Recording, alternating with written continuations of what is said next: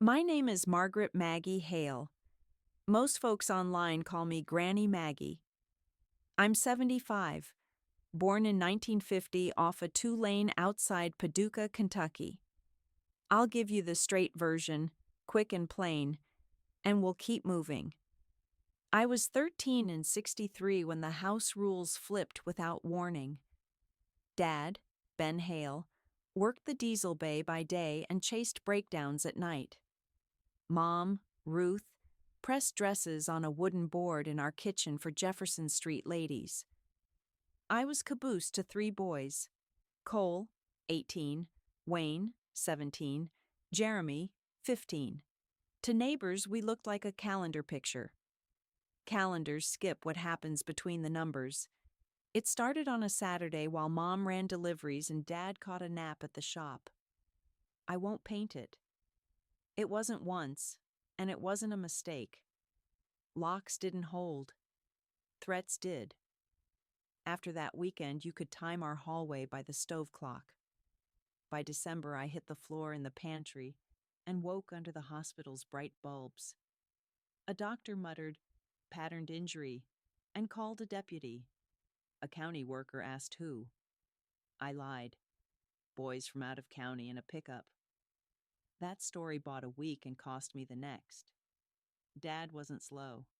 He checked timesheets, doubled back home without warning, and asked hard questions soft. One weekday, he set photocopies of my charts on the kitchen table and looked at each boy like he was reading a parts catalog. "Mags is telling me the truth today," he said, calm as a torque wrench. "Anybody else want to try it?" Chairs scraped. A door slammed. The sheriff's cruiser painted our yard blue. Cole and Wayne went from county to state. Jeremy, 15 and dragged along, went to juvenile. The church ladies prayed into lace and changed the subject by Sunday school. We left Kentucky inside a month. Dad took a parts counter stool in Evansville. We rented a tired duplex with a bolt that latched and a house rule that stuck. Cross a boundary once, you don't cross it twice. I kept grades afloat by treating homework like piecework. A guidance counselor slid me a list of after-school shifts. I stacked cans at Miller's Grocery and learned that busy hands buy quiet nights. Jeremy mailed from the reformatory by February. No excuses, no poetry. I've got programs. I'm doing them. I filed it behind algebra quizzes in a manila folder labeled Receipts. Not absolution, just record keeping. At 16, I met Daniel Brooks bagging bread at the same store. He walked me the long way home to dodge a corner of mouthy boys and never reached for more than I offered. That sort of restraint doesn't come with a handbook. 19 found me piecing together cafeteria shifts, rink cleanup, and Saturday mornings at a church nursery so I could start community college. I chose early childhood. Small chairs, straight questions. Mom stocked casseroles. Dad's coffee count dropped. The kitchen radio started playing again. News leaked back across the river. Appeal denied for one brother, parole calendar for another. Letters followed. Cole's hot with blame, Wayne's slippery with maybes, Jeremy steady as graph paper. I replied when I had footing. 3 postcards, 3 lines. Do not contact me or our parents. Any approach will go through police.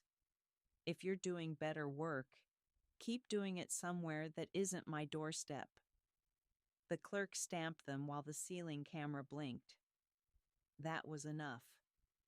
I finished an associate's in '70, transferred to the state college, and started student teaching in a 3rd grade room with wobble-leg desks. We ran Book and Breakfast before the bell, cereal, a chapter of Encyclopedia Brown, stickers at the door. Attendance climbed. Reading logs fattened. The principal hired me before my gown cooled. Daniel proposed with a modest ring and a budget that did math. We married in a VFW hall, ate sheet cake, danced to a 3-chord band. Our walk-up got a rent envelope above the sink and 3 neighbors beside it. Receipts, proofs, copies, reserves, emergency cash, routes, spare key, bus maps, numbers. Nightmares met tea, then envelopes, then sleep. 72. Jeremy paroled. One more page from a Cincinnati P.O. box. Warehouse job, meetings, Saturdays at a youth gym with 2 adults in every room. I mailed a sentence. Continue the good where I am not. That was our treaty. Wayne tried a hallway apology once. Daniel held the line. Leave or I call. Dial tone did the talking. We ate spaghetti and didn't revisit it. Work widened. I learned every nurse extension worth calling at 7:10 a.m., which social worker returned messages, which custodian locked a cabinet like Fort Knox. We kept a court clothes bin, ties, cardigans, flats, for guardians who needed to face a judge looking like their best selves. A kid whispered, "Anybody got a screwdriver?" We started a toolbox. Birdhouses got straighter because of a socket set and a yes. 78, we bought a skinny house with a porch wide enough for 2 chairs and a radio. 80, our son, Luke, arrived with lungs and hair. Sleep turned into arithmetic, casseroles into currency, lists into religion. We managed. Jeremy asked for 1 meeting. Daylight, big windows, cash on the table. He looked older than the calendar said, and kept it simple. I don't want inside your life, he said. I just needed you to know I'm not the man I was, and I keep it that way on purpose. I nodded, paid my half, and walked to a different bus. A district scholarship covered my master's. I moved into curriculum and wrote rules that stuck. Windows and doors, 2 adult standard, yearly reporter refreshers, forms that didn't go missing, key logs with names, not someone. A principal called me humorless. I called it documented. Dad died quiet in 87 after bait shop coffee. Mom followed in 91 with recipe cards rubber banded and the cookie jar empty. I sorted their papers using my envelopes and made shelf room for grief. The internet found me eventually. A niece taught me how to film 5-minute clips explaining bus routes, courthouse windows, and why you sign at the credit union under fluorescent lights, not at a kitchen table while anyone paces. Teenagers watched. Grandmothers watched. Says plenty about who gets left out of instructions. Then came payback by paperwork. Cole popped up on a podcast, Heartland Reckonings, selling a memoir called Hollow Road. He recast me as confused, Dad as a tyrant, himself as a penitent who messed up once. He used my maiden name for spice. Listeners gobbled it. I packed a tote and ran a 3-stop drill. Stop 1. Courthouse archives, docket, plea transcript, exam notes, certified and stamped. Stop 2. A notary. 1-page affidavit in block letters, signed on camera. Stop 3. The network office. Glass walls over a yoga studio. Your episode names me and contradicts certified records, I said, sliding the packet. You can publish a correction and pull the file by Friday, or you can explain this stack to a judge and a newsroom Monday. Their counsel hit the allocution paragraph and started sweating through his collar. The episode vanished by Thursday. Their correction called it an oversight. I called it paper doing what paper does. The county library had him booked for a resilience talk. I phoned the director. Don't cancel. Add a second hour. We turned it into a clinic. A detective walked evidence basics. A legal aid attorney sketched protection orders. I held up my envelopes. Receipts, reserves, routes, and added a fourth, revisions. This one catches myths, I told the room. Screenshots, dates, clippings. Keep it dull. Keep it undeniable. Cole no-showed. The chairs stayed full. Life kept speed. Luke grew into a decent man with rough hands and patient eyes. He married Nina, a pediatric nurse who labels pantry jars because order is love. Their girls can read a bus schedule and a lease. We keep 4 folding chairs, a porch radio, and beans and rice in the pantry because beans and rice never fail you. That's part 1. Names straight, dates clean, pay steady. If you meet me at the station with your tote, I'll circle the library, clinic, courthouse, and credit union on your map, hand you a pen, and walk you to the right platform. Papers flat, shoulders back. Keep moving. Part 2. The podcast vanished, but Cole didn't. He pivoted like a salesman with a trunk full of new labels. Men's breakfasts, small-town panels, a GoFundMe for healing work. My niece sent me a screenshot at 6:12 a.m. He'd used my maiden name again and a photograph clipped from a yearbook he didn't attend. I brewed coffee, packed my tote, and took the Evansville bus before rush. First stop, county clerk. I asked for victim comp restitution records from 64-66, docket numbers I knew by heart. The clerk raised an eyebrow, disappeared, and returned with a dust-smelling envelope nobody had touched since the Johnson administration. Unclaimed funds, interest nibbling for decades. Want a check, Mrs. Hale? She asked. No, I said. I want a letter on letterhead that it exists and that the case wasn't one time. Make it 2 copies. She typed while the dot matrix sang. Papers do their own kind of talking. Next, I stepped into legal aid's walk-in hour. Young lawyer, good shoes, listened better than he spoke. I slid him the restitution letter, the plea transcript, and screenshots of Cole's fundraiser. He nodded once. Fraud on a charity platform, false light, defamation, he said, and drafted language clean enough to hang wallpaper with. We filed a notice to the platform and CC'd the state AG's consumer unit. By dinner, the campaign read, under review. By morning, removed for violations. That's how you swat a hornet. Through policy, not swearing. Cole had a library date in Ashford 2 weeks out. I phoned the director. Don't cancel, I said. Add a panel on records. We filled the slot with a detective, the legal aid kid, and a nurse who trains mandated reporters. I brought the envelopes, receipts, reserves, routes, revisions, and a 5th I'd started that week. Relays. Names and numbers of people who actually answer. You don't win these fights solo, I told the room. You pass the baton without dropping it. Cole had travel complications. The seat stayed full anyway. Wayne resurfaced the way trouble does. Text to Luke's work phone. Tell your mother I've changed. Luke forwarded it like a hot coal. You want me to block him? He asked. No, I said. We'll answer once. I wrote a 12-word reply he sent from his number, but in my voice. All contact goes through counsel.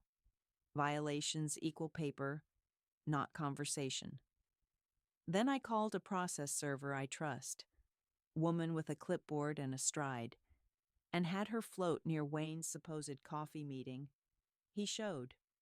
She served him a no-contact warning stapled to a draft petition. He tried charm, then snarling. She logged the time, location, and his volume. Nothing like a timestamp to shrink a man. Jeremy mailed the gym photo that winter. Plaque under fluorescent lights. Janitor mop in the corner. Still sweeping floors after Saturday games, he wrote. I rode the Sunday bus down to see the place with my own eyes. He met me by the vending machine. Looked like a man who counts days one by one. We didn't hug. We inventoried. He handed me a box of our mother's things found in a church closet. Her iron, a jar of buttons, and a ledger with names, dates, dollar amounts in tight pencil. Between hems and starch orders, I found 3 entries that mattered. Notes about visits from a deputy, a pastor, and a social worker the month everything blew open. Ruth Hale had written times, questions asked. Who stood where? My mother, the woman folks called timid, had kept her own receipts when nobody was watching. I walked that ledger to the Historical Society and made them 2 copies. The director wanted to display the iron with a card about domestic arts. I said fine, but the card would read kitchen press used to pay legal fees and groceries, and they'd cite the docket numbers. They agreed. Museums tell stories. They can tell the right ones. Back in Evansville, a message landed in my channel inbox from a woman my age, last name I recognized from our street in 63. Your library talk reached me, she wrote. I thought I imagined my own pickup from out of county. I didn't. I called legal aid again and ran the relay. Intake appointment, advocate's name, directions to the right door. She didn't need my tragedies. She needed a map and a witness to say, "You're not crazy." She got both. Cole tried one more angle. Signed paperbacks with my birth name at a flea market table. I didn't buy a copy. I bought the ad space in the County Weekly directly across from his booth announcement. Public notice. Case number says, Commonwealth v. Full name. Plea transcript available at the clerk's window. Restitution ledger on file. No adjectives, just nouns and numbers. His table folded by noon. Folks think revenge looks like shouting under courthouse steps. It looks like column inches and certified mail. It sounds like a clerk stamping the top right corner. Filed. Home kept its rhythm. Luke brought me a second-hand belt sander because my porch steps had started to catch splinters. Nina labeled the flower bin in Spanish and English because her shift taught her that labels save time and sometimes lives. The grand girls learned to carry a copy of their IDs and a folded bus map inside their phone cases, paper as backup for battery. I tightened my 3-station run for anyone who asked. Archives, notary, outlet. Archives. Pull the pages that don't care about someone's charm. Notary. Trap your truth in ink under a stamp. Outlet. Don't scream into the void. Aim where policy lives. I drew it on napkins in break rooms and church basements. People started sending me their own relays. A nurse who could squeeze an appointment in 48 hours. A clerk who'll walk a pro-C through a form. A reporter who actually reads PDFs. Spring brought a letter from a pastor who'd platformed Cole. Gentle apology on heavy stationery. We did not adequately vet. I mailed him a packet, the restitution letter, a 1-page checklist for event hosts, and a donation envelope addressed to the youth gym with Jeremy's plaque. He sent a check. I didn't forward Cole the memo. Men like him already know why doors close. One evening after rain, I found Wayne sitting on the far end of my porch steps like a stray that wouldn't meet your eyes. I stayed standing. You came a long way to learn the same thing, I said. Courts handle contact, not kitchens. He nodded, jaw working, and left without testing the bolt. Process servers carry more mercy than porch talks ever did. That ledger of Mom's sits on my shelf now, between cookbooks and a socket set manual. Every time I pass it, I remember the neat pencil beside the mess. All dates, all names, no embroidery. That's my kind of inheritance. If you catch me at the terminal, I'll still buy the coffee. I'll write the 3-stop run on your receipt and add 2 relays you can trust this month. You'll tuck the paper where your phone can't die. Then you'll step onto the bus like it's yours, because the next part is Part 3. Cole went from flea markets to paperback distribution, which is a fancy word for cardboard cases in the trunk. Then a courier slid a manila envelope under my door. Notice of deposition in a civil suit he'd filed to recover reputation. Cute. I circled a date on the calendar, packed my envelopes, and rode into the city with Dan's old lunch pail as my briefcase. In the conference room, Cole wore a borrowed blazer and a podcast smile. His lawyer led with, "Ma'am, memories fade." I opened receipts. "Docket," I said, and set down the plea transcript. Next, the ER notes, then the restitution ledger, then a certified letter from the clerk on bank watermarked paper. I ended with the program schedule from his own prison newsletter. Cole listed as floor crew, Chapel B. The court reporter never looked up. She just kept typing. His attorney called a break and didn't come back.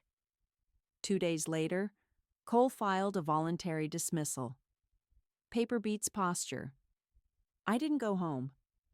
I walked 3 blocks to the public records office and filed open records requests in my maiden and married names for 6366, incident logs, intake forms, any tapes. A week later, they called me to a side counter like I'd left a birthday cake. A VHS labeled Deputy Ride-Along, June 17, 1964. The young clerk shrugged. "We're digitizing old reels. This one had your mother's handwriting on the sleeve." I took the download on a thumb drive and watched it at the library. Porch lights, a deputy knocking, my father at the doorway, my mother in a housecoat with a tiny notebook in hand. Her voice clear as a strike. Times, names, dates. Not a tear on camera. That clip was my new cornerstone. I cut a 2-minute excerpt and lodged it with the podcast network's legal inbox as Exhibit A to their regrettable oversight. I also sent it to the county weekly with a short caption and a rule. Run the docket numbers or don't call. They ran them. The comments section stayed quiet for once. Wayne's next move was dumb and fast. He waited near the grocery where I buy beans, stepped out by the cantaloupes, and started the old script. I didn't answer. I held up my phone with the recording app open, panned to the store camera and said, "Violation, Section Subguard. This is live to dispatch." He backed up, hands out, playing wounded. A patrol car rolled up 3 minutes later. Relays doing their job. The officer issued a citation and handed me a court date. I didn't ask for jail. I asked for distance and a GPS tether tied to the order. The judge granted it. Wayne stomped like a man who stepped in wet cement. It set around his ankles. Jeremy called from the gym. "We got grant money. We're turning the storage room into a study nook. I need help with a supply list." I met him there with a clipboard. We priced bulbs, lock boxes, and 2 doors with windows. While he measured, I opened reserves and covered the shortfall for a second-hand laser printer and paper by the case. "Staples save lives," I said. "So do signs." We hung a laminated sheet. 2 adult rule. No exceptions. Report to Ext. He grinned like a man who gets to set a better tone than the one he grew up under. The Historical Society scheduled our exhibit: Mom's iron, her ledger, the deputy clip on a loop. They wanted a ribbon cutting with speeches. I asked for a clinic instead.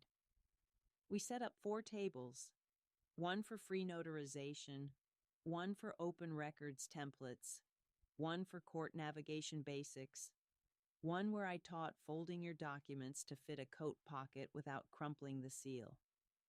People lined up with shoeboxes of paper and 1,000 questions.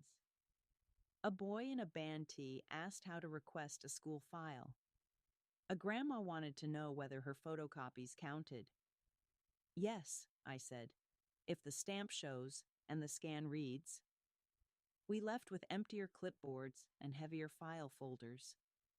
That's the kind of ceremony I believe in.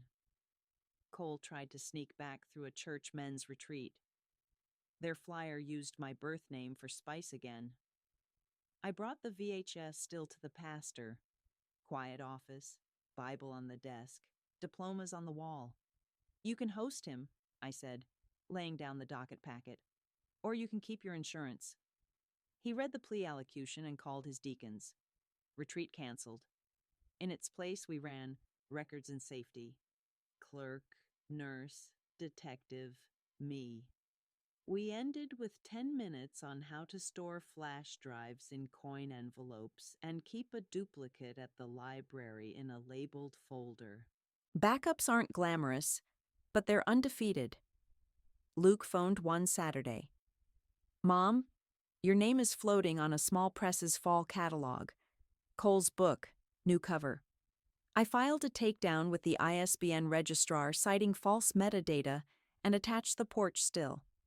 Then I mailed a Form 13909 to the IRS about a foundation tied to his tour that had no returns on file. That letter went off like it fell into a chute. Within a month, their donation button redirected to a notice: organization not in good standing. When you push the right lever, the floor drops. I kept my life small on purpose. Porch swept, hoe in the bed by the tomatoes, lists on the fridge. But the circle widened anyway. A clinic intake worker sent me her own relay. A dentist who takes walk-ins for kids, no questions asked. A court clerk typed me a 1-page events vetting checklist and told her sister churches to use it. A librarian shared her noise plan. When hecklers come, the tape rolls and the mics go dark until a code phrase will resume after a records check. Then the panel restarts with docket numbers on the screen. You can feel a room decide to grow up. On a gray Tuesday, I rode back to Paducah alone and stood on the sidewalk outside our old house. New paint, same porch rail. I didn't knock. I walked the block, then turned toward the courthouse. In the hallway, I watched the deputy clip on my phone one more time. Mom's pencil flicked in the corner of the frame, neat as stitching. She'd written it all down while the men performed. That ledger has more spine than any memoir. So here's the month's map if you need one. File your open records, print 2 sets, store a drive in the library under your own name, keep 5 relays current, and when somebody sells your life for ticket prices, answer with a timestamp and a statute, not a speech. Then go home, put beans on, and sharpen a pencil. The next form is coming. Part 4. Cole figured if podcasts and paperbacks fizzled, TV would bite. A junior producer from a streaming outfit emailed me about a dramatic limited series based on Hollow Road. I replied with 5 lines: docket number, plea page, the VHS still, my notarized affidavit, and a sentence in all caps. You do not have chain of title to my name or life. Then I mailed their legal team a fat packet by certified mail and copied the state film office. 2 weeks later, the option announcement vanished from trade blogs like it never existed. Paper eats sizzle reels. Wayne tested the tether at a farmer's market, drifting within the radius and grinning. I didn't blink. I walked to the sheriff's booth, pointed at the map on my phone, screenshot of the exclusion zone, and said, "Ping now." His ankle monitor chirped like a smoke alarm. Deputies moved in. I kept walking. I bought peaches on my way to the bus. A different threat crept in sideways. A heritage website posted a family tree with my maiden name, and under children, one female, estranged, unreliable narrator. Under sources, it listed Cole's podcast and his fake memoir. I opened revisions and drafted a takedown citing their own terms. Then I filed a complaint with the State Consumer Bureau alleging deceptive practices, attached the plea transcript, and CC'd the site's advertiser network. The ad slots went blank within a day. Their admin wrote, "We'll remove contested entries pending documentation." I sent 12 pages and asked for a public note that they rely on court records, not podcasts. It went live by Friday. Luke called. "Mom," an invite came through the PTA. "Resilience with author C. Hale." Cute. I drove over with a tote. The principal greeted me with a worried smile. I slid her a one-page event checklist: insurance rider, vetting, background check if kids present. "You don't need my story," I said. "You need your policy." She canceled the pep talk and replaced it with a panel. School counselor, legal aid, me running a table labeled 4 envelopes. Parents left with copies of open records requests and a list of 3 hotlines. Cole posted a video whining about censorship. Comments were mostly moms asking for the statute number I'd quoted. I posted it again with a link to the clerk. Jeremy's gym outgrew its cinderblock walls. He wanted nonprofit status, but paperwork spooked him. We took a Sunday, spread forms on a folding table, and built it piece by piece. Articles, bylaws, conflict policy, EIN. I called the bank manager I trust. She opened an account requiring 2 signatures.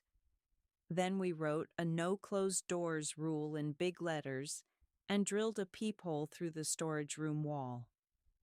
The first grant check arrived the next quarter. He texted a photo of new exit lights. "Look at that. Bright." The County Historical Society asked me to curate a display for their Women Who Keep Records exhibit. I brought Mom's ledger, her iron, and the clip of her pencil moving while men argued. We didn't cut a ribbon. We stapled a schedule to the wall. Free notarizations every first Saturday. Open records clinic 3rd Thursdays. Witness statements practice on alternating weeks. I kept the microphone off and the copier warm. Cole pivoted again. A reconciliation tour with a church in Indiana. Their flyer borrowed my birth name and a photo of our old house lifted from the county assessor. I drove to the church office with 2 folders. Folder 1, the plea allocution and the restraining order. Folder 2, a printed page from their insurer's high-risk speaker protocol. I highlighted the line about known litigants and disputed narratives. The pastor's jaw tightened. By evening, their Facebook post read, "Event postponed." The next morning, they announced, "Records Night" instead. I sent the deacon an agenda and a box of pens. A small press tried the book again with a new title and cover. I sent a DMCA to the distributor for misappropriation of my image. The porch rail was visible in a still they'd used. I also filed a notice of correction with books in print, attaching certified documents. Metadata changed by noon. Their pre-order button redirected to title withdrawn. I made soup. On a Tuesday, an antique dealer phoned Nina, my DIL, and said he had a box of sewing books with our surname on the flyleaf. We drove over. Inside was Mom's cigar box, the one I thought was lost when we fled Paducah. Calling cards, ticket stubs, folded receipts, and a little notepad with columns: date, time, door, footsteps. I paid cash and asked no questions. At home, I cataloged each slip, numbered them in pencil, scanned to a flash drive, and donated the originals to the county archive under Ruth Hale's name with access conditions. The clerk drafted, viewable, unduplicated without request, context included. The archive posted a photo with the caption, "Household ledgers can be history." That line felt correct. Wayne violated the order again, this time at a gas pump. He followed me 2 cars back, engine loud. I didn't give him a scene. I pulled to the pump under the camera, propped my phone, and said loudly, "Dispatch, this is 10 to 96 on a restraining order. Location, pump 3. He peeled out. The deputy called 15 minutes later. We got him on the feed. Court set a hearing. The judge extended the order and tacked on a stalking count. Consequences are quiet until they aren't. Luke's girls helped me label a shoebox Civics. We packed it with blank request forms, a Sharpie, postage, and a map to the clerk's office. I left it by the door next to reserves and routes. Nina joked we needed a 5th envelope. We do. I wrote, "Repeats" on it. Scripts you say when adrenaline scrambles your tongue. Please speak into the camera. Which statute covers that? Put that in writing. A researcher from a university asked to license the deputy clip. I said yes with conditions. My mother's name on the plaque, my 4 envelopes on a handout, and a link to the legal aid clinic. They agreed. Students started showing up to our clinics. Quiet, focused, useful. One adjusted the copier to collate. Another brought a surge protector. A third built us a simple site with 2 buttons. Request records, find a notary. Clean, fast, my style. On a dull Wednesday, I walked past a bookstore window and saw a remainder bin copy of Hollow Road with a clearance sticker. I bought it for $1, stamped every false line with a red date stamper, and shelved it between the cookbooks and the wiring manual. A souvenir of a fire we put out with paperwork and time. If you're keeping track, here's the month's drill. Vet events before you RSVP, file takedowns with policy citations, keep 1 flash drive at the library in a coin envelope with your name. Train your school to say no with rules, not feelings. And when someone tries to sell your life in a different wrapper, hit the metadata first. Then sweep your porch, water the tomatoes, and sharpen 2 pencils. The next form's already printing. Part 5. Cole didn't quit. He rebranded.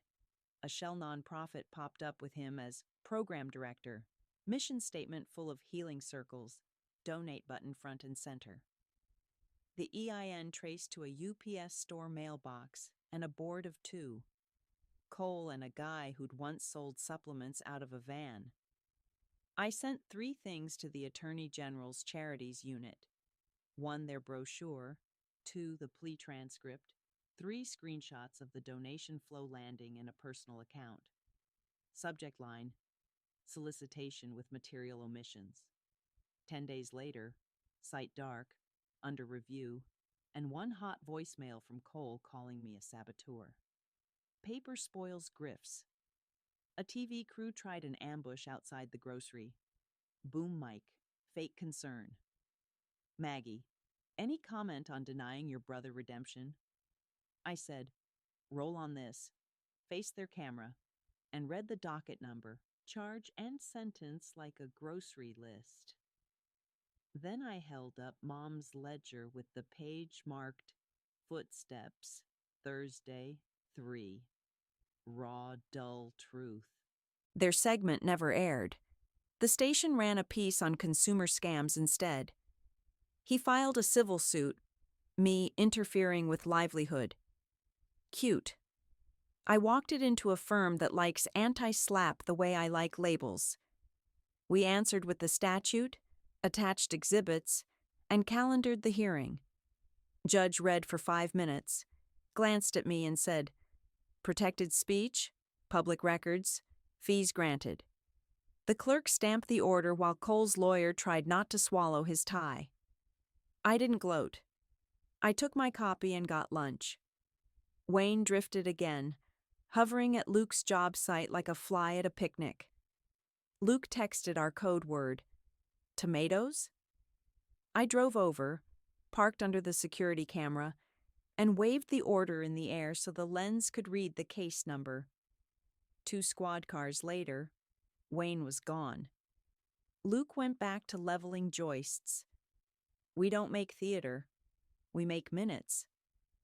Jeremy's gym needed a lease that wouldn't trap him. The landlord slid a form with a confession of judgment clause buried on page 4. I circled it in red, wrote "Nope," and struck 3 other landmines: personal guarantee, automatic renewals, and secret cam fees. We countered with plain terms and a safety addendum: 2 exits, glass in doors, no storage in hallways. They signed because we had a check ready and a line of kids on the sidewalk. A niece I'd never met emailed from a free account. I think my dad is Cole. I want facts, not a hug. I set the meeting in the courthouse lobby, not a diner. I laid 4 piles on a table: receipts, certified copies, routes, hotlines, clinics, revisions, clippings, dates, repeats, scripts like "put that in writing." I told her names, not memories, dates, not drama. She took photos, shook my hand, and said, "That's enough." Good. Enough is the point. Cole booked a forgiveness fireside at a lake church in Illinois, outside his probation district.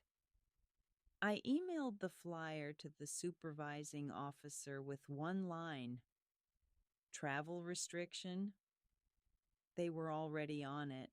He showed up on stage. They showed up in the aisle. He went off in cuffs while the band played softer. I didn't attend. I stirred chili and answered 2 clinic emails. A podcaster with a spine called me, asked for the real story.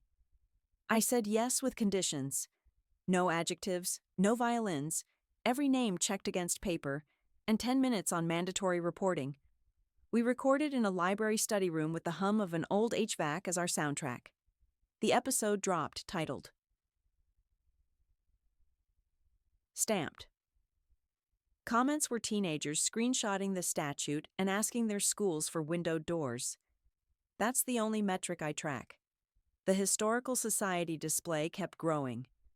We added Mom's Iron and a schedule for records nights, free notarizations, request letter templates, coffee in dented percolators. A high school civics class came through. I sent them to the clerk to pull a random docket and read it aloud like a story.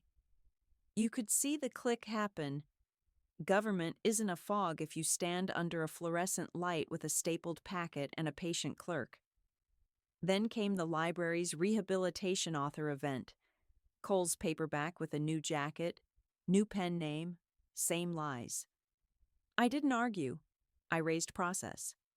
I emailed the director a 3-line memo. Background check required for presenters around minors, indemnification certificate, disclaimer of contested facts. She wrote back, "We didn't require those." I said, "Now you do." Board met that night. The event became Know Your Records. We filled the room anyway. A small-town paper ran a puff piece on Cole's journey. I mailed the editor a polite correction with 2 exhibits and a proposed update paragraph written in the same tone as their article. They pasted it in clean. Editors like easy fixes. Give them one. Luke's girls wanted a project. We built a clinic in a box. Clipboards, pens, stamps, envelopes, a surge protector, a laminated flow chart, and a thumb drive with templates. We store it by the door under the envelopes. If a flood, fire, or rumor starts, we can run a clinic in a church basement in 6 minutes flat. One quiet afternoon, a letter arrived from a prison chaplain. Mr. Hale is on my roster. He listed you as next of kin for program contact. Would you like to send a statement? I wrote 4 sentences. I am not next of kin for contact. Do not route requests through me. All communications must go through Council of Record. Attached.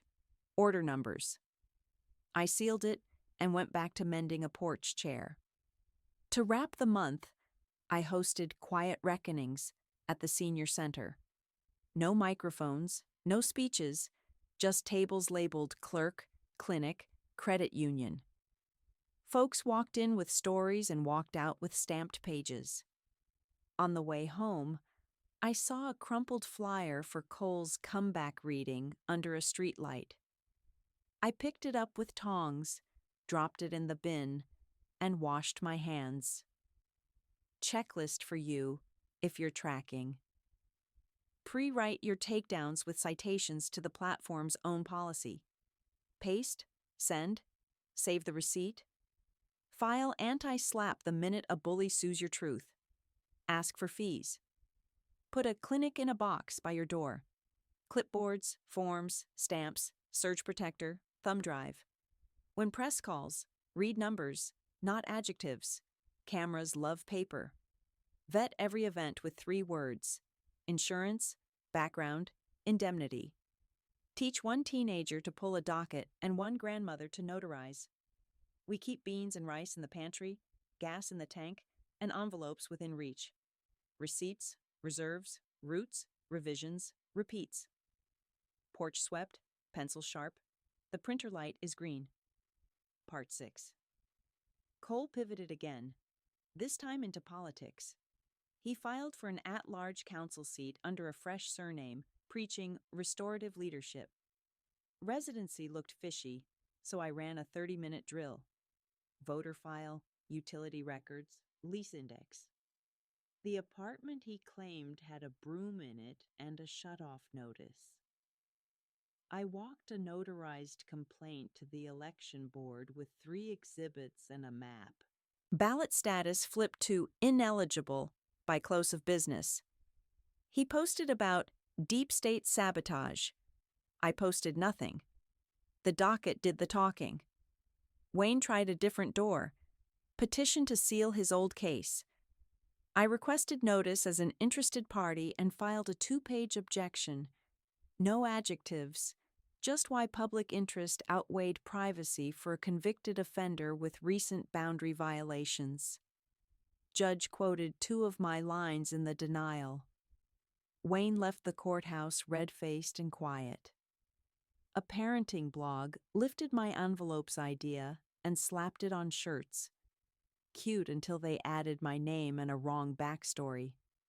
I sent a takedown citing their own terms, attached the affidavit where I'd staked authorship to public domain for non-commercial use, and CC'd their payment processor. Store offline in 6 hours. Apology posted in 12. Folks think the internet is lawless. It isn't if you bring receipts. The state librarian invited me to run a 1-day clinic for small-town staff who get everything dumped on their desks. Lost kids, lost papers, lost tempers. I packed 2 rolling crates, stampers, templates, a thermal labeler, and a power strip that could jump a tractor. We ran stations: notary, orders, FOIA, backup phones. By lunch, a clerk from a Cole County had pulled her first docket, and a school secretary had filed her first mandated report form without shaking. I went home lighter than I left. Cole booked a morning show reconciliation stunt. Producer emailed me cheerful phrases about healing on live TV. I replied with a certified packet, plea transcript, protection orders, and a one-line statement. I don't reconcile under lights. Segment vanished from the rundown. The host posted a sunrise photo instead. A padded box arrived with no return address. Inside, Mom's old iron, her ledger, and a cassette labeled Jim 1998J. I borrowed a neighbor's tape player. Jeremy's voice came through tinny. Anniversary remarks at the youth gym, 2 minutes of plain words naming his part, and the rules that keep boys safe. Windows, 2 adults. Checks signed by 2 hands. No plea for contact. No polish. I added the tape to revisions and took the iron to the historical display with a note. Ruth Hale. Pressed seams. Kept lists. Wayne slid toward the ditch. Meth weight loss. Frantic texts. Then a call from a clerk who spotted him sleeping in our library lot. I drove with a witness riding shotgun and my phone on video. Wayne was gray and sweating, breathing shallow. I used the Narcan from the senior center kit, called 911, and waited where the camera could see me. EMTs took him.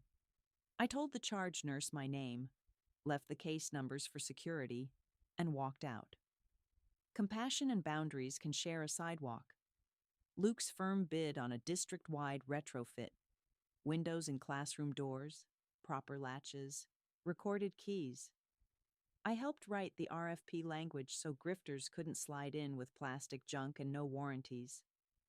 Luke won the work on value, not flash. I labeled boxes while grand girls peeled backing off window film and sang badly on purpose. Policy is just lumber and glass if you buy it right. Someone doxed my home address and a photo of the porch swing with a dare to visit. I printed the thread, logged timestamps, filed a report with Cyber, and drove to the clerk for an emergency extension on my order. Granted in 20 minutes. Luke swapped the house numbers for decals we can move and installed a camera that texts my flip phone. Beans and rice still simmer. We just stir with one eye on the screen. Cole tried a bookshop appearance under another alias. I emailed the owner a 3-item checklist: background, indemnity, and a staff script for "We reserve the right to refuse." She wrote back, "Hadn't thought of indemnity. Thank you." Event became Know Your Records night. Full house. We stamped 10 affidavits and 8 cookies from a tray labeled Take 2. The county named the records room after Mom. I ironed the ribbon with her old press and told the director to order more boxes that fit letter size flat. No more folding documents like church bulletins. A teen volunteer asked why we date the upper right corner. "So a stranger tomorrow can find today," I said, and handed him a Sharpie.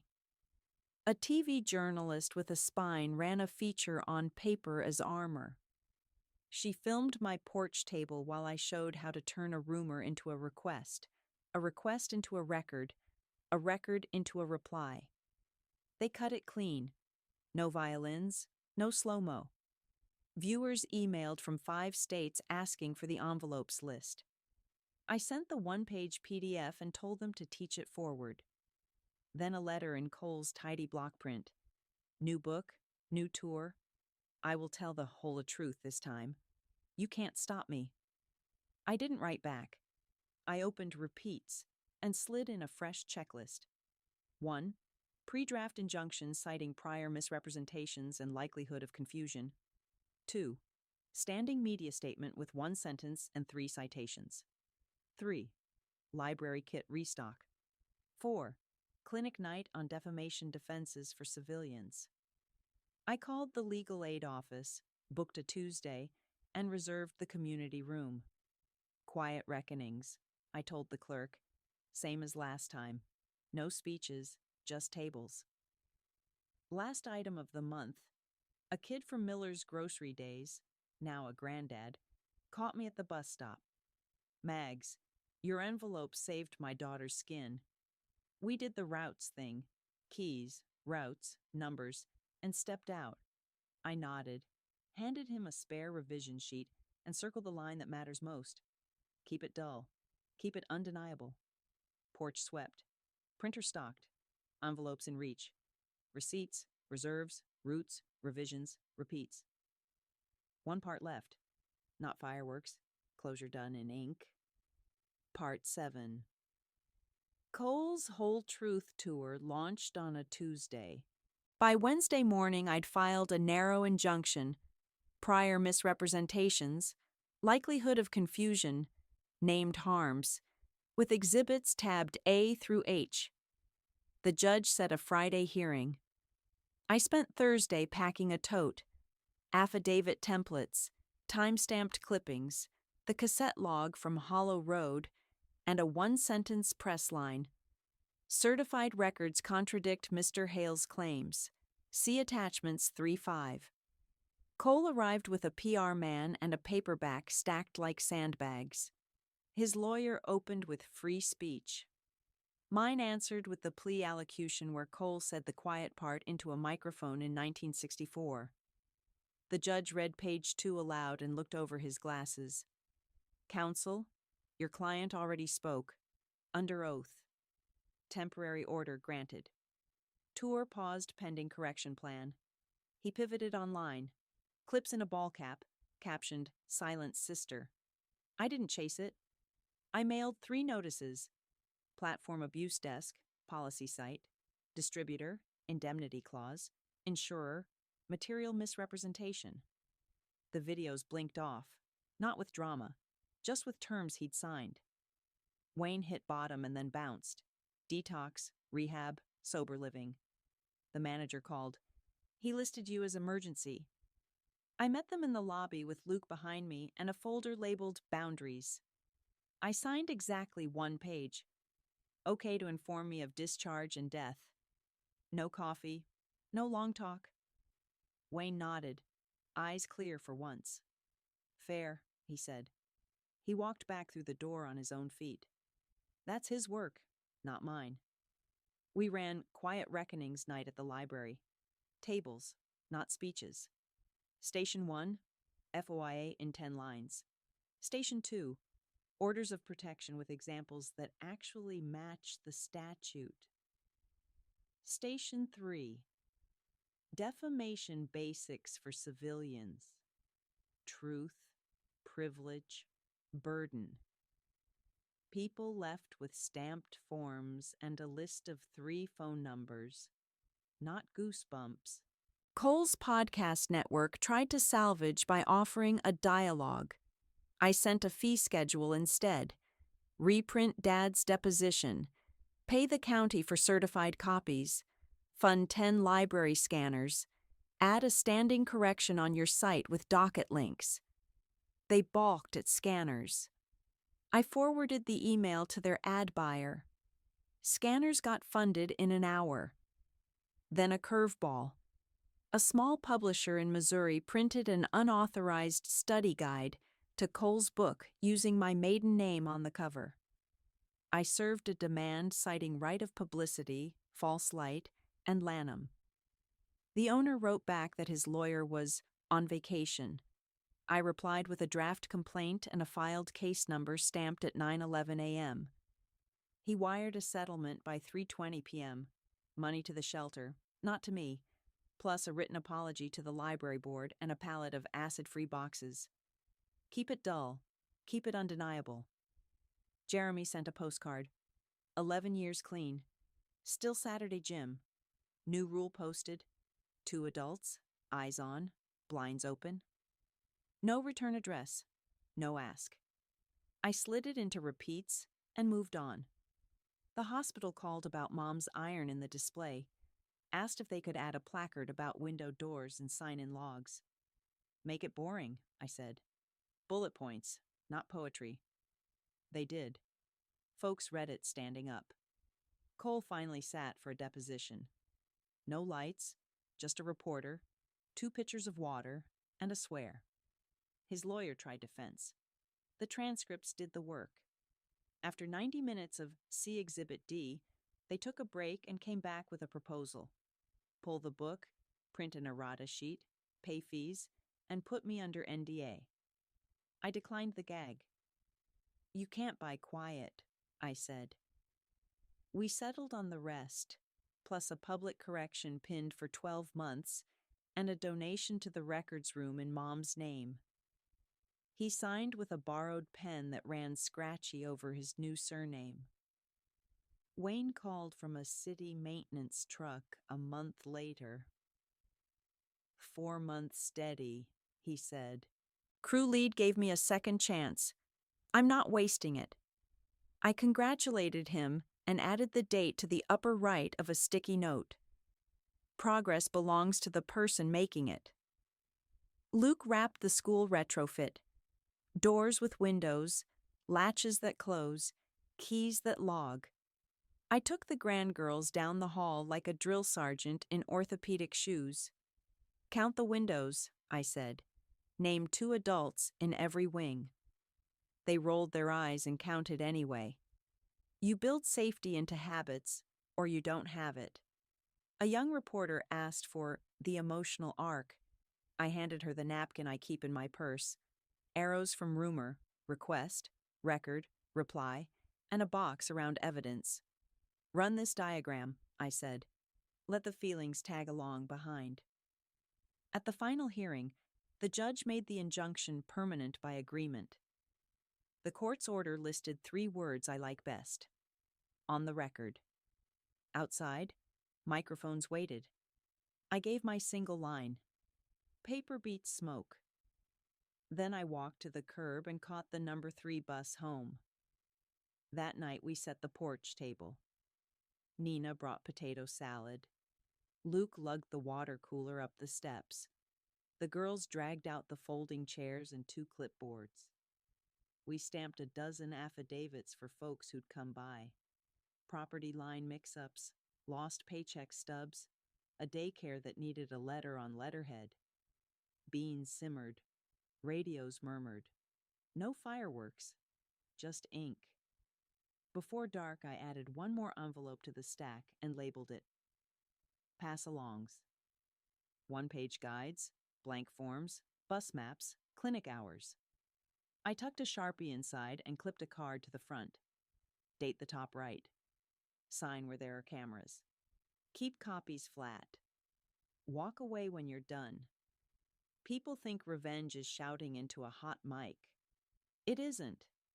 Revenge is a correction pinned for a year, a policy that outlives the storyteller, a records room with good boxes, a door with a window you can point to.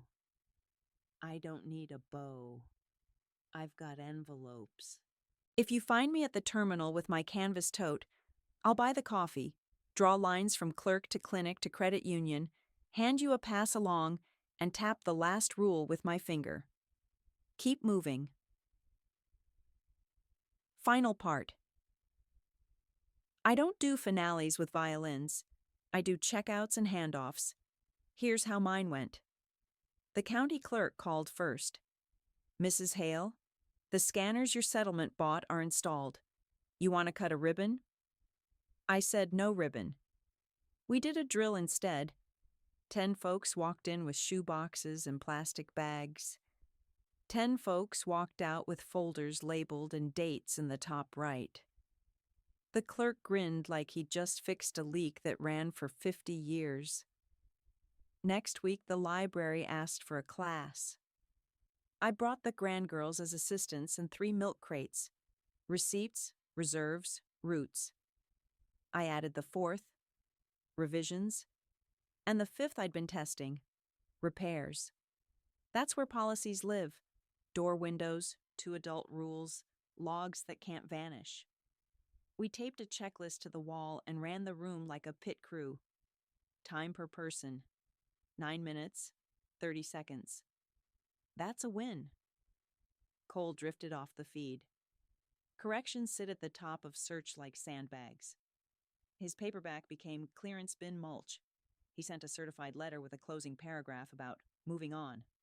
I initialed the green card, filed the letter under sussing. Revisions. And didn't answer. Silence is not surrender. It's a line item.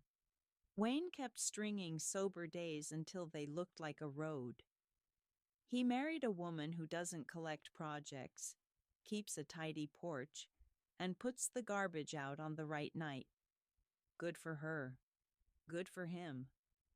We meet quarterly at a diner with bright lights and short menus.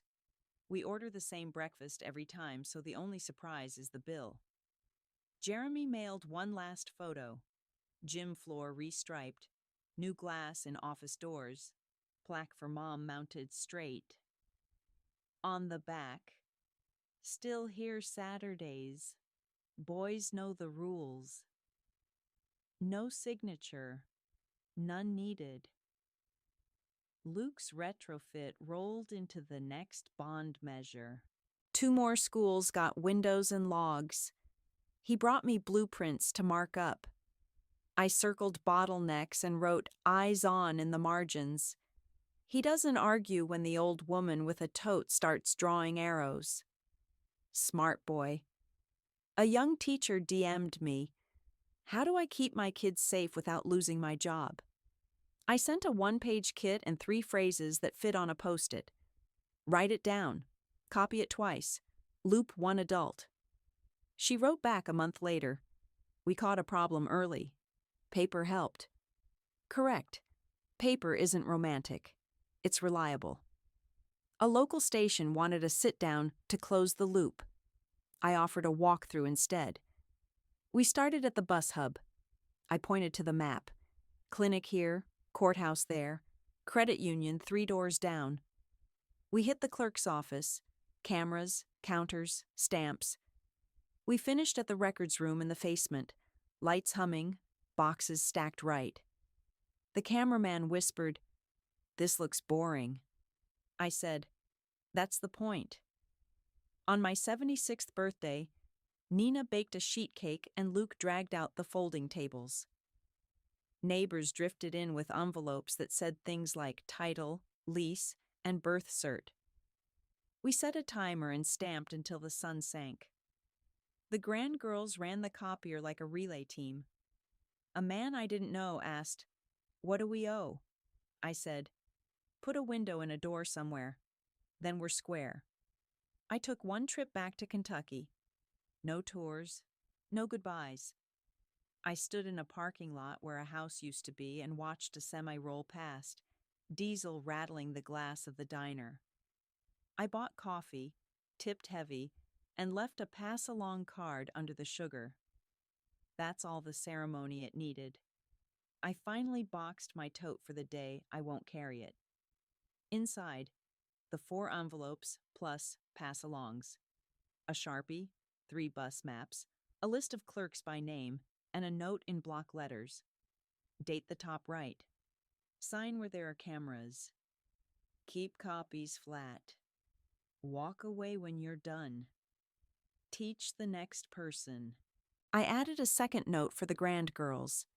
If anyone starts up with a story that makes you smaller, go get paper. If anyone calls you dramatic, show them a statute. If anyone says, "Be nice," be precise. People want catharsis. They ask if I ever forgave. I prefer completion. Corrections pinned, policies posted, doors clear, names pronounced right. The rest is weather. Last month, the podcast network mailed a check to the shelter, per the settlement. The director sent me a photo. New cots, fresh paint, a corkboard with bus routes, clinic hours, and our 1-page kits thumbtacked neat. I printed the photo, dated it, slid it into repairs, and shut the drawer. Here's the handoff. Plain. Keep 5 folders. Receipts, reserves, routes, revisions, repairs. Learn 3 counters by name. Fix 1 door with a window. Fund 1 scanner. Answer rumor with record, not volume. If you spot me at the terminal in my canvas shoes, I'll buy the coffee and circle your stops in pen. We'll walk the right line. I'll hand you a pass along and tap the last rule.